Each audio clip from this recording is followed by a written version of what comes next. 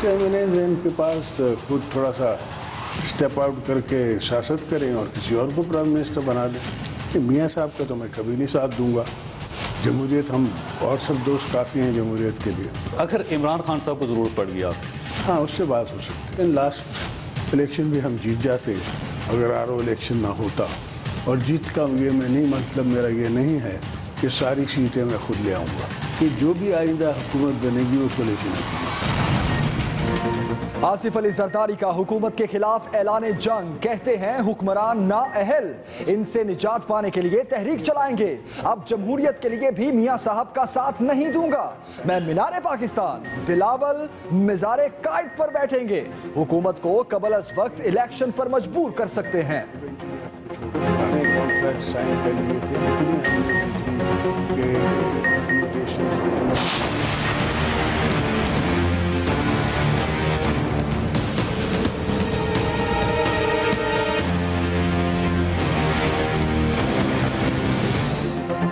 हुकूमत, ऑपोजिशन, अवाम सबकी नजरें सुप्रीम कोर्ट पर लग गई। मुल्क भर में पनामा केस के तस्करे। क्या फैसला होने जा रहा है? कौन जीतेगा, किसकी हार? 17 घंटे रह गए। घड़ी की टिक टिक के साथ धड़कने भी बेतरतीब। वफाकी दारुल हुकूमत में सिक्योरिटी सख्त कर दी गई।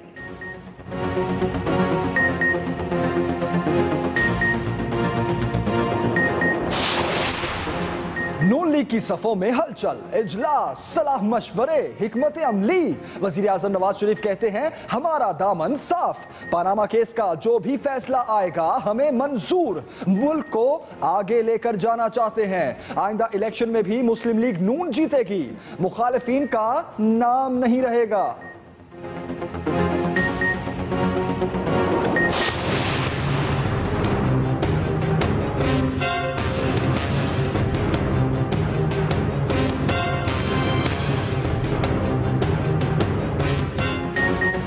कप्तान ने खिलाड़ियों के हमरा बनी गाला में बैठक लगाई। आइंदा की हिकमत अमली पर गौर। इमरान खान कहते हैं अवाम शिद्दत से पनामा केस फैसले के मुंतजिर। असर पूरे मुल्क पर होगा।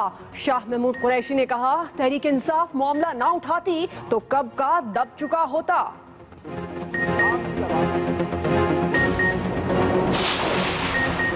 फैसले से कबल पेशगोइयों का बाजार भी गर्म। ऑपोजिशन लीडर खुर्शीद शाह ने मुश्किल फैसला करार दे दिया। कहा रियासत मजबूत भी हो सकती है और कमजोर भी।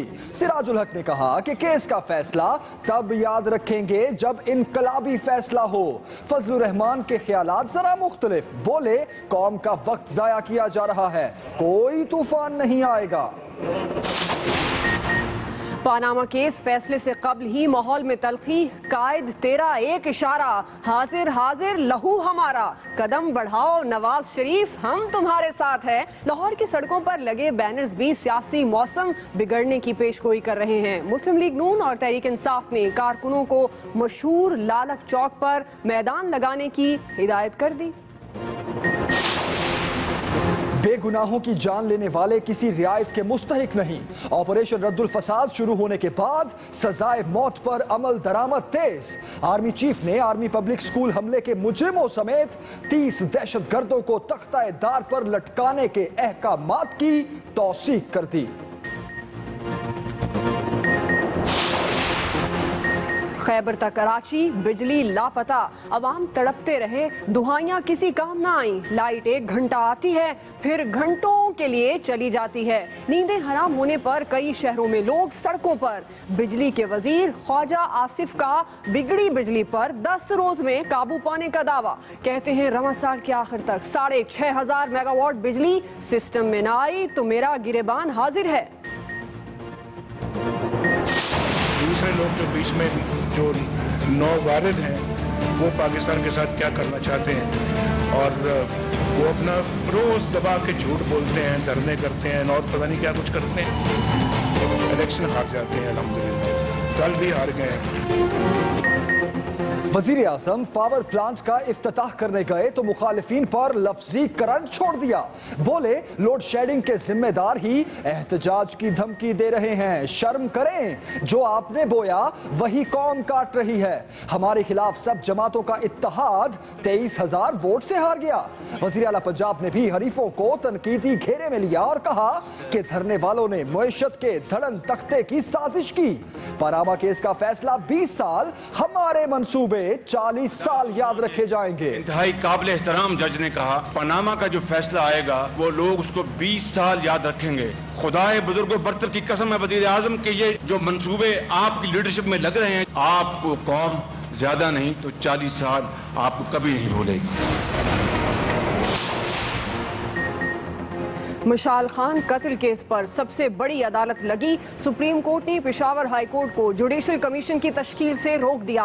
तहकीकाती टीम में ISI को शामिल क्यों नहीं किया गया? चीफ जस्टिस ने वजीर आला खैबर पख्तूनख्वा से फैसले पर वजाहत तलब कर ली। वाक़े के पीछे तलबा के अलावा और कौन है? जस्टिस उमर अता बंदियाल का इस्तफसार। IG खैबर पख्तूनख्वा कहते हैं 80% तहकीकात मुकम्मल हो चुकी, जल्द चालान अदालत में जमा करा देंगे।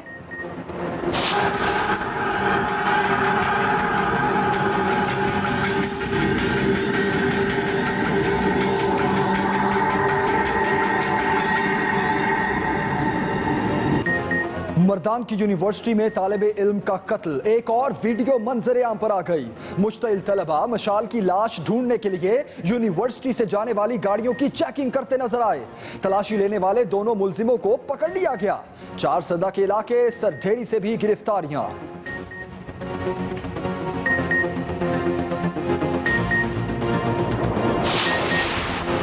अप्रैल ने झुलसा दिया। लाड़काना में दर्जा हरारत की 50, सिब्बी का स्कोर 48। डेरा इस्माइल खान वालों को 45 डिग्री का सामना। फैसलाबाद में 44.5 डिग्री रिकॉर्ड।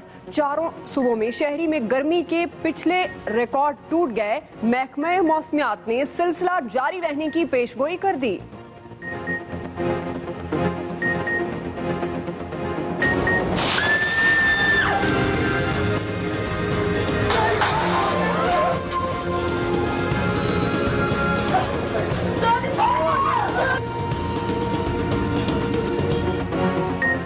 इस्लामाबाद एयरपोर्ट पर खवातीन से बदसलूकी, नई फुटेज सामने आ गई। FIA की एहलकार नॉर्वेजियन खातून और उनकी बेटी पर तशद्दुद करती रही। सरकारी एहलकार तमाशा देखते रहे। मारपीट के बाद न सिर्फ पासपोर्ट छीने बल्कि धमकी देकर तहरीरी सुलहनामे भी लिखवाए। बदसलूकी के मजीद शवाहिद सामने आने पर वजीर दाखिला का एक्शन, जिम्मेदार मुअत्तल, इंक्वायरी कमेटी बनाकर 3 दिन में रिपोर्ट तलब। सिंध में मामला जूं का तूं। पंजाब में रेंजर्स इख्तियारात में 60 रोज की तोसी, मुद्दत 22 अप्रैल को खत्म होना थी। वफाकी हुकूमत ने 3 दिन कबल ही दरख्वास्त पर नोटिफिकेशन जारी कर दिया।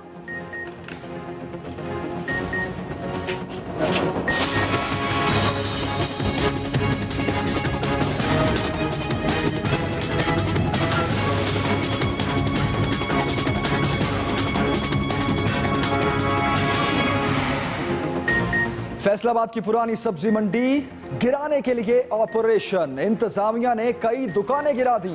एक शहरी ने दुकान के ऊपर फ्लैट में अहले खाना को बंद कर लिया।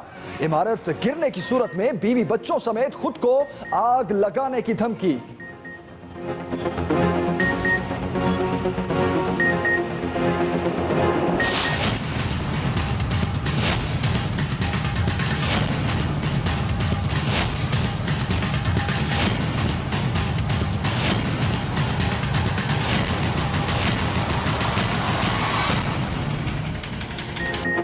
बाबरी मस्जिद शहादत केस। भारतीय सुप्रीम कोर्ट ने साबिक वजीर दाखिला LK अडवाणी समेत 12 BJP रहनुमाओं के खिलाफ मुजरिमाना साजिश का इल्जाम बहाल कर दिया। मुकदमा लखनऊ की ट्रायल कोर्ट मुंतकिल। रोजाना की बुनियाद पर समाअत का हुक्म।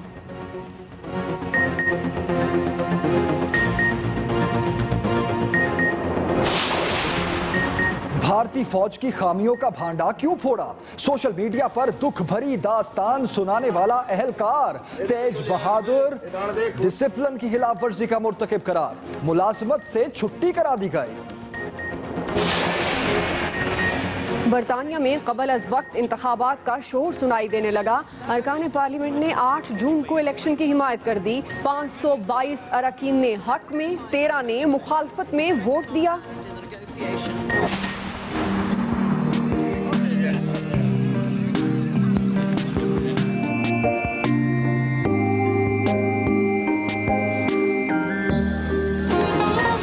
और चीन में रंगारंग काइट फेस्टिवल ने रंग बिखेर दिए। मुख्तलिफ शक्लों से बनी पतंगे आसमान पर आईं तो देखने वाले भी महजूज हुए।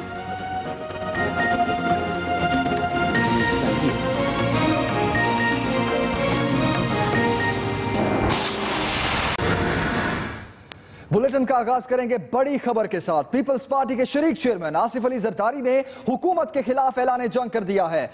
आसिफ जरदारी कहते हैं कि हुक्मरान नाअहल हैं, उनसे निजात पाने के लिए तहरीक चलाएंगे। आसिफ अली जरदारी का नवाज हुकूमत के खिलाफ ये ऐलान जंग बात कर रहे थे एंकर पर्सन जावेद चौधरी के साथ, और उन्होंने कहा कि हुक्मरान नाअहल हैं, निजात पाने के लिए तहरीक चलाएंगे। ये कहना था साबिक सदर आसिफ अली जरदारी का। उन्होंने ये भी कहा कि मैं मीनार पाकिस्तान, बिलावल भुट्टो मज़ार कायद पर एहतजाज करते रहेंगे। हुकूमत को कबल अज वक्त इलेक्शन पर मजबूर कर सकते हैं। साबिक सदर आसिफ अली जरदारी जिनकी खुसूसी गुफ्तगू हुई, उन्होंने कहा कि अब जमहूरियत के लिए भी मियां साहब का साथ नहीं दूंगा। आपको यह भी बताते चले कि आसिफ अली जरदारी का यह भी कहना था कि वो धोखा देने वालों का फोन नहीं सुनते, ना सुनेंगे। इमरान खान से बात हो सकती है। उन्होंने यह भी कहा कि हुक्मरानों को ये जहां तक सियासी शहीद होने का रोना है तो हमने उनको सियासी शहीद नहीं होने दिया। पार्लियामेंट को इख्तियारात इसलिए नहीं दिए कि ममनून हुसैन बनकर बैठ जाऊं। आसिफ अली जरदारी की जावेद चौधरी के साथ यह खुसूसी बातचीत जो आज रात आप 10:03 पर एक्सप्रेस न्यूज पर देख सकेंगे। हुसैन हक्कानी गद्दार है, हुकूमत मिली तो सजा देने की कोशिश करेंगे, आसिफ अली जरदारी का ऐसा कहना था। हमें तो शिकायत ही रही है अदालतों से। पीपल्स पार्टी के शरीक चेयरमैन आसिफ अली जरदारी ने हुकूमत के खिलाफ ऐलान जंग कर दिया। पॉलिटिकल तहरीक चलानी है, चलानी पड़ेगी। आसिफ जरदारी ने एक्सप्रेस न्यूज के प्रोग्राम कल तक में जावेद चौधरी को खुसूसी इंटरव्यू में नवाज हुकूमत के खिलाफ अपनी हिकमत अमली का इंकशाफ कर दिया। हुकूमती कारकर्दगी को आड़े हाथों लिया। मैं समझता हूँ कि हमें इनसे निजात लेनी है और निजात लेनी पड़ेगी। ये नाहिल हैं, इनसे हुकूमत नहीं चलती। पहले भी जब ये हुकूमत में थे तब भी इनसे फाइनेंसेस नहीं चले, तब भी इनसे हुकूमत नहीं चली और अब भी नहीं चली। पॉलिटिकल तहरीक चलानी है, चलानी पड़ेगी, उसके अलावा तो कोई चारा नहीं है। तो मीनार पाकिस्तान पे बैठ के जिस तरह शहबाज शरीफ साहब वो पंखा, मीनार पाकिस्तान पे भी बैठेंगे, कायद की मज़ार पे भी बैठेंगे और पूरे पाकिस्तान में तहरीक चलाएं। पूरे पाकिस्तान में तहरीक चलाएं और इसको लीड करेंगे आप या बिलावल साहब? दोनों करें। आसिफ जरदारी ने हुकूमत के साथ बातचीत के दरवाजे बंद करने का ऐलान भी कर दिया। तो मियां नवाज साहब ने रब्ता किया कभी आपसे इस दौरान?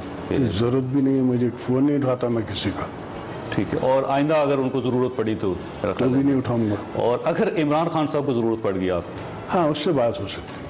पीपल्स पार्टी के शरीक चेयरमैन का कहना था कि धरने में नवाज हुकूमत को सपोर्ट करके उन्हें सियासी शहीद नहीं बनने दिया। इनकी सपोर्ट करके इनको आज इस नहज पे लाया हूँ जहाँ ये कह नहीं सकते कि अगर पहले निकल जाते तो ये कहते कि जी देखें अगर हम होते तो हम तो जी पाकिस्तान को सोने का बाप बना देते।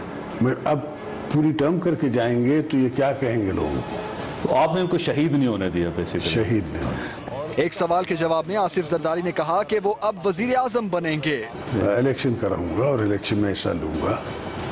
खुद इलेक्शन लड़ेंगे आप? खुद? और सिंध से इलेक्शन लड़ेंगे, पंजाब से लड़ेंगे? सिंध से इलेक्शन MNA का इलेक्शन लड़ेंगे? MNA का इलेक्शन। देखिए, मैंने पावर प्राइम मिनिस्टर को इसलिए नहीं दी कि मैं जाके वहाँ ममनून हुसैन बन जाऊँ। तो आप इसका मतलब पसंद करेंगे कि वजीर आजम हो आप? अगर करना है तो फिर काम करना है, वरना तो बेकार नहीं बैठना। पनामा केस के मुमकिना फैसले पर इजहार ख्याल करते हुए भी आसिफ जरदारी ने नवाज शरीफ को हदफे तनकीद बनाया। मियां साहब की आदत नहीं है किसी बात को मानने की। तो लड़ेंगे ये? लड़े या ना लड़े, बहरहाल पॉलिटिकल पोजीशन तो बनाएंगे। पहले भी उन्होंने कोशिश तो की थी, फिर उससे उन्होंने डेमोक्रेसी को ठेस पहुंचाई। अब भी जिस तरह इनने शहंशाह बन के पार्लियामेंट चला रहे हैं। जो प्राइम मिनिस्टर 2 दफ़ा सिर्फ सेनेट में आए, जो पार्लियामेंट में ना आए, तो वो डेमोक्रेसी को मजबूत नहीं कर रहा, कमज़ोर कर रहा है। जब भी जमहूरियती ताकतें कमज़ोर होंगी तो थर्ड फोर्सेस को वैक्यूम मिलता है।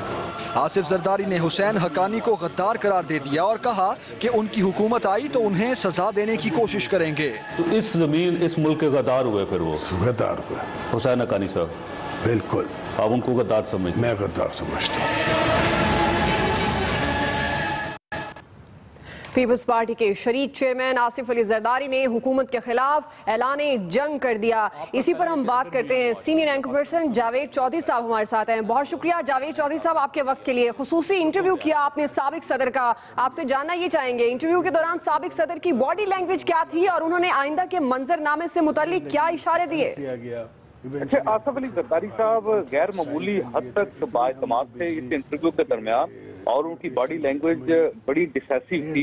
यूँ महसूस होता था कि उन्होंने बहुत से फैसले कर लिए हैं, जिसमें एक बड़ा फैसला जो मुझे महसूस हुआ कि वो शायद कोई एक इत्तेहाद, एक सियासी इत्तेहाद बना रहे हैं हुकूमत के खिलाफ, जिसमें वो इमरान खान साहब को भी उन्होंने दावत दी है और शायद वो इमरान खान साहब से राब्ता भी करेंगे। तो उसके बाद ये मुख्तलिफ जमातें, सियासी जमातें मिल के, छोटी जमातें जिसमें इमरान खान साहब की पार्टी भी शामिल होगी, पाकिस्तान पीपल्स पार्टी भी शामिल होगी, ये सब मिल के मियां नवाज शरीफ साहब के खिलाफ एक इत्तेहाद बना रहे हैं। और इनका ख्याल ये है कि अगर कल पनामा में मियां नवाज शरीफ साहब फारिग नहीं होते तो उसके बाद ये सब लोग मिलकर उनको फारिग करेंगे और इलेक्शन वक्त से पहले करवाने की कोशिश करेंगे। तो मुझे ये उनकी बॉडी लैंग्वेज से, उनके ख्यालात से ये महसूस हुआ। ये मेरी जाती राय है।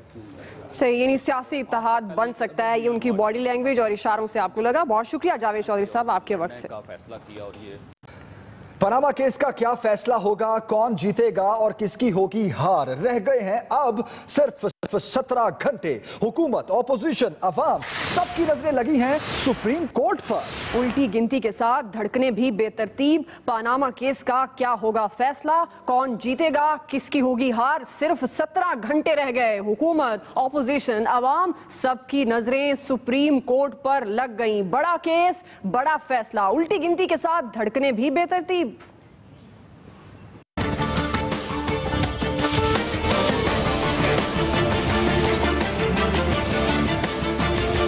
पनामा के बड़े मुकदमे के बड़े फैसले की घड़ी आ गई। कल 2 बजे सुप्रीम कोर्ट की अदालत नंबर 1 से ये फैसला सुनाया जाएगा जो मुल्क की तारीख को बदलता दिखाई दे रहा है। पूरी कौम की नजर इस फैसले पर टिकी हुई है। हर जगह अफवासात फैक्ट्रियां काम कर रही हैं। वजीर आजम और इनके खानदान के पास पैसा और असासे कहां से आए और कैसे मुल्क से बाहर गए, सुप्रीम कोर्ट सब दूध का दूध और पानी का पानी करने वाली है। इस्लामाबाद में सिक्योरिटी को सख्त कर दिया गया है। एक मुद्दई और ऑपोजिशन पार्टी तहरीके इंसाफ आने वाले फैसले पर खासी उम्मीदें लगाए हुए है और पीपल्स पार्टी का भी हाल कुछ इससे मुख्तलिफ नहीं। लेकिन हुकूमती अवान अपने लीडर के हक में फैसले आने की तवक्को लगाए बैठे हैं। यहाँ तक कि कुछ इलाकों में तो वुज़रा ने बैनर्स के जरिए वजीर आजम की हौसला अफजाई भी की है। सुप्रीम कोर्ट के 5 जजेस का मुमकिना फैसला वजीर आजम के हक में है या खिलाफ, लेकिन मुल्क में स्टॉक मार्केटें गिर गई हैं। पनामा के फैसले को लेकर प्रॉपर्टी की खरीदो फरोख्त भी ना होने के बराबर रह गई है। हुकूमती और अपोजिशन कैंपों में पनामा के फैसले को लेकर हर मुमकिन सूरत हाल के लिए इजलास करके लाहे अमल तैयार किए जा रहे हैं और कल का सूरज पनामा फैसले के साथ मुल्की सियासत के रुख का तयन भी कर देगा। अहम खबर दें आपको, वजीर आजम नवाज शरीफ ने कहा है कि पनामा का जो भी फैसला आएगा हमें मंजूर है। हमारा दामन साफ है, हम मुल्क को आगे लेकर जाना चाहते हैं। ये कहना था वजीर आजम नवाज शरीफ का। वजीर आजम ने नाम लिए बगैर मुखालफीन पर तनकीद भी की। भिक्की पावर प्लांट का इफ्तिताह, जिसकी तकरीब से खिताब किया और कहा इल्जाम तराशी, झूठ की सियासत खत्म करो वरना खत्म हो जाओगे। वजीर आजम ने यह खिताब किया और मुखालफीन पर तनकीद की। मौजूद है। पनामा का फैसला आने से पहले वजीर आजम बड़े जोशो जज्बे से बोले, इंशाल्लाह फिर मैदान में पाकिस्तान मुस्लिम लीग नून रह जाएगी इंशाल्लाह। वो शेखुपुरा गए तो भिक्की पावर प्लांट का इफ्तिताह करने थे, लेकिन अपने खिताब में सियासी मुखालिफिन को निशाने पर लिए रखा और कुछ मशवरे दे डाले। सीखो, अल्लाह से डरो, बड़े बोल बोलना छोड़ो, तोहमतबाजी खत्म करो, ये रोज रोज के झूठ बोलना खत्म करो, इल्जाम तराशी की सियासत को खत्म करो। ये इल्जाम तराशी की सियासत अगर खत्म नहीं करोगे, इसी तरह से तुम भी खत्म हो जाओगे। वजीर आजम ने खुशखबरी सुनाते हुए कहा कि जून 2018 तक 10,000 मेगावाट बिजली के मंसूबे चल पड़ेंगे, लेकिन साथ ही माजी की हुकूमतों पर तनकीद के निश्तर चला दिए। इन चीजों की तरफ तवज्जो क्यों नहीं दी गई?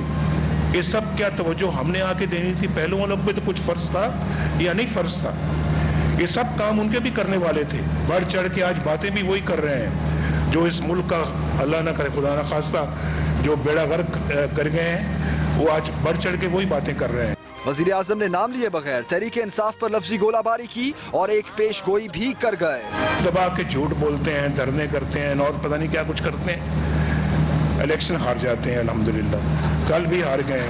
आज सारी पार्टियां इकट्ठे होकर उन्होंने एक पार्टी को सपोर्ट किया, उसके बावजूद वो एक पार्टी जो है वो 22-23 हज़ार की मार्जिन से हार गई है। वजीर आजम ने अपनी हुकूमत की कारकर्दगी बताते हुए कहा कि 2018 तक नहीं 25 साल की मंसूबाबंदी कर रहे हैं। 70 साल में बिजली के जितने मंसूबे ना बन सके, हमने 3 साल में बना दिए हैं। और अभी आपको बताएं कि पीटीआई ने पनामा केस फैसले से मुताल्लिक हिकमत अमली तय कर ली है। इमरान खान का कहना है कि पनामा केस के लिए तहरीक इंसाफ ने तारीखी जिद्दोजहद की। पाकिस्तान का मुस्तकबिल तहरीक इंसाफ का मुंतजिर है। कौम जान चुकी है कि पाकिस्तान के मसाइल की बुनियाद करप्शन है। पनामा केस के लिए तहरीक इंसाफ ने तारीखी जिद्दोजहद की है, इमरान खान का ऐसा कहना है। उन्होंने यह भी कहा कि पाकिस्तान का मुस्तकबिल तहरीक इंसाफ का मुंतजिर है और उन्होंने यह भी कहा कि कौम जान चुकी पाकिस्तान के मसाइल की बुनियाद करप्शन है।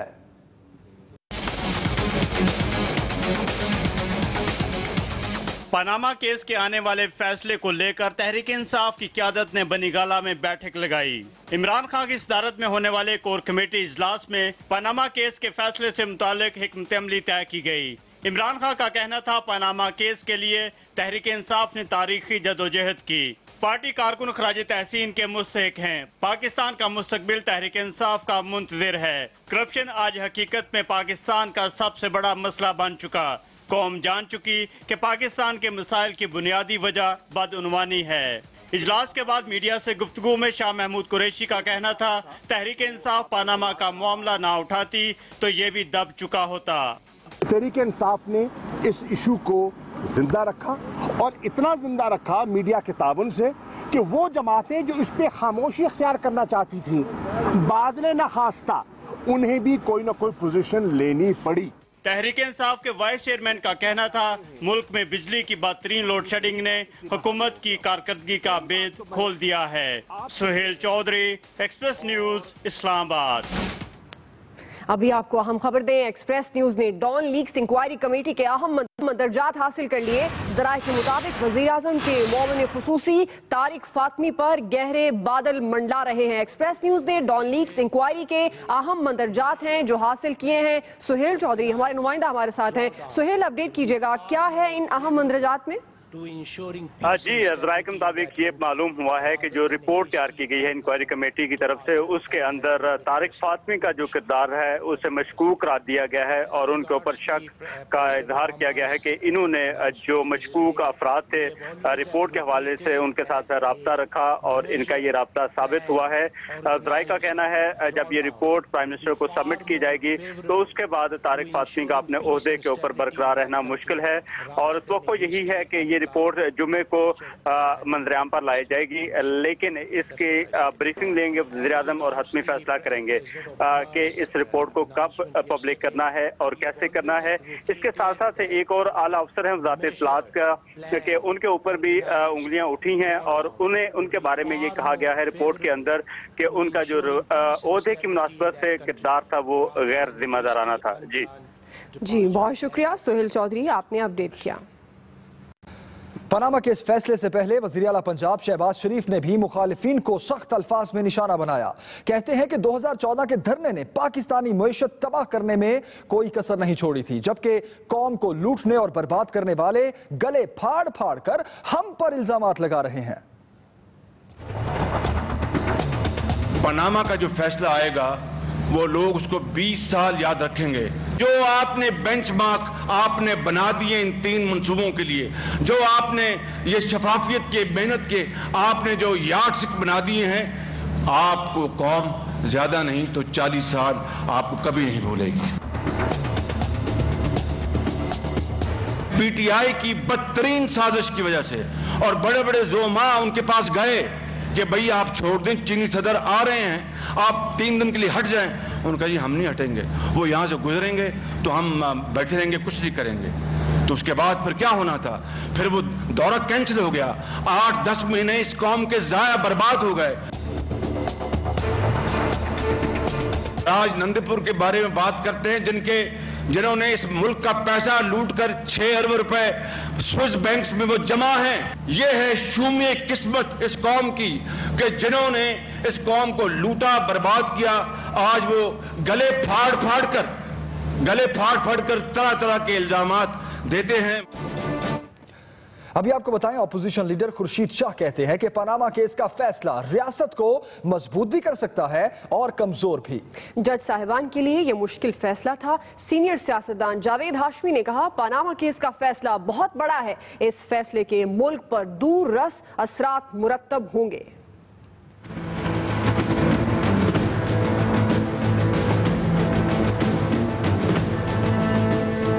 मुल्की सियासत में भूचाल लाने वाले पनामा केस के फैसले की घड़ी आन पहुंची। ऑपोजिशन लीडर खुर्शीद शाह ने इसे एक मुश्किल फैसला करार दिया है। जजेस जो थे वो डबल माइंडेड है कि इतना स्ट्रॉन्ग केस है, हर सबूत मौजूद है और अब उसके लिए उनके लिए बड़ा इम्तिहान का कड़वा वक्त है, क्योंकि ये डिसीजन रियासत को मजबूत भी कर सकता है और रियासत को कमजोर भी कर सकता है।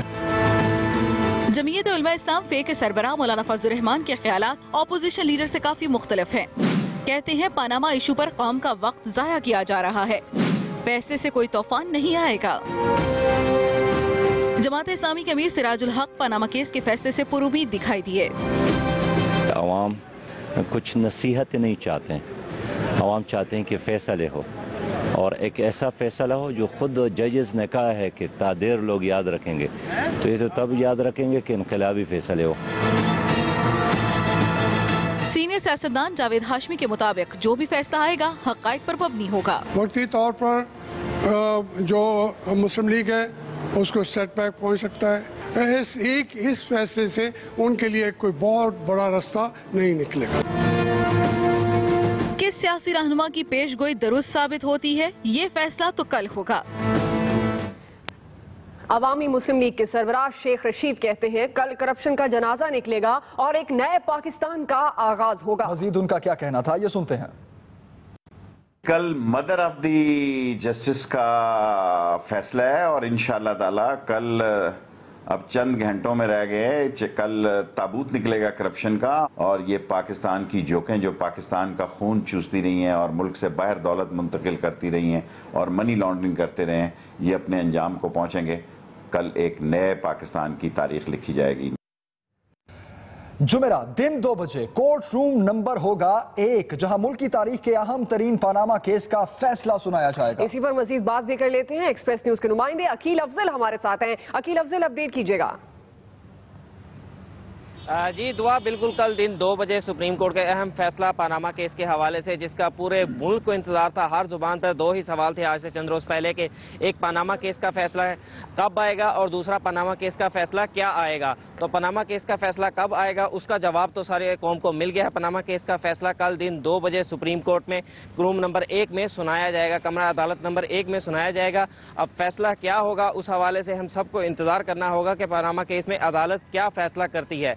लेकिन एक चीज जरूर क्लियर है, जैसा कि मुल्क के सियासतदानों की जानिब से कहा जा रहा है कि पनामा केस का फैसला आइंदा सियासत के रुख को तयन करेगा, सियासत किस तरफ जाएगी।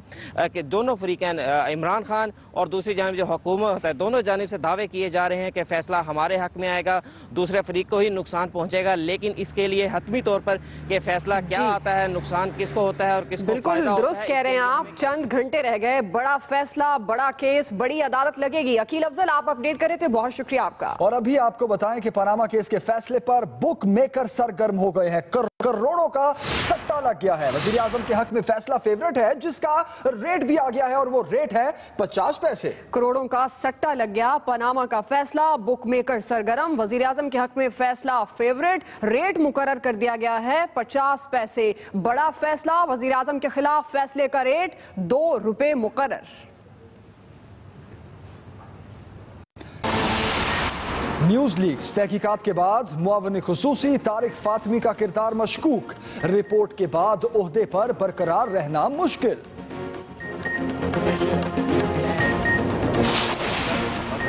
शेख रशीद कहते हैं कल करप्शन का जनाजा निकलेगा और नए पाकिस्तान का आगाज होगा। रेड जोन में गैर मुतल्लका अफराद के दाखिले पर पाबंदी।